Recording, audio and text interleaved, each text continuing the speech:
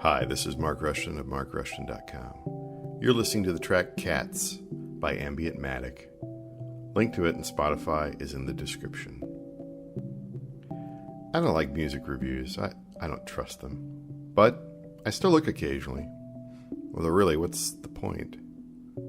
If reviews today aren't mostly bought and paid for promotion behind the scenes, then it all falls into what I call the Lake Woebegone effect, where nearly every album is above average, because you don't want to upset the record company that advertises with some other subsidiary of your conglomerate. And then there's Metacritic, where the difference between a 72 and a 78, especially when you don't know the genre of the artist, means nothing. Or reviews where nobody gets fewer than 3 stars, unless there's some bias going on that has nothing to do with the music. As music journalism declined in the 80s and 90s, in print magazines we'd see these brief reviews, never more than a couple sentences or a single paragraph.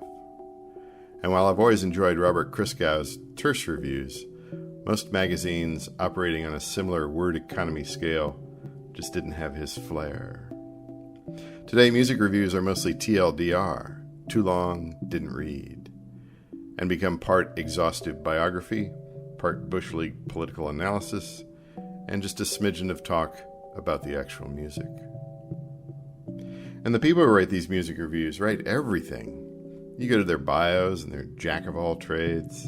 They're political experts, tech experts, car experts. I guess anything to be the last writer standing. Anyway, aren't written music reviews largely dead today? What can you possibly convey in your writing that I can't pick up by clicking on Spotify and listening with my own ears?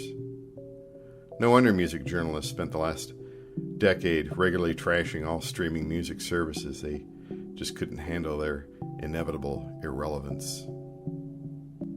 That's not to say all writing about music is terrible, not at all. Unfortunately, the good writing gets buried under a lot of clickbait. I'm okay with looking at Spotify's Browse and Discover to find something possibly appealing to my taste. I've found that it has a better success rate than listening to every 8.5 or B+ or 4-star music review. Every Friday I look forward to the updating of my release radar playlist on Spotify, or hearing something in somebody else's playlist and going down that rabbit hole. How else could I have discovered Chihai Hatakeyama or Noveller? I do miss the days of picking up Trouser Press or Village Voice or even the local Free Weekly to maybe, possibly, discover something new.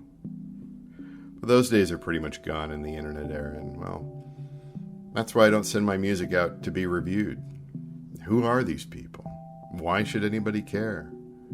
And how many CDs and MP3s do they receive every day that go into real and virtual trash bins? I just don't think it's worth it.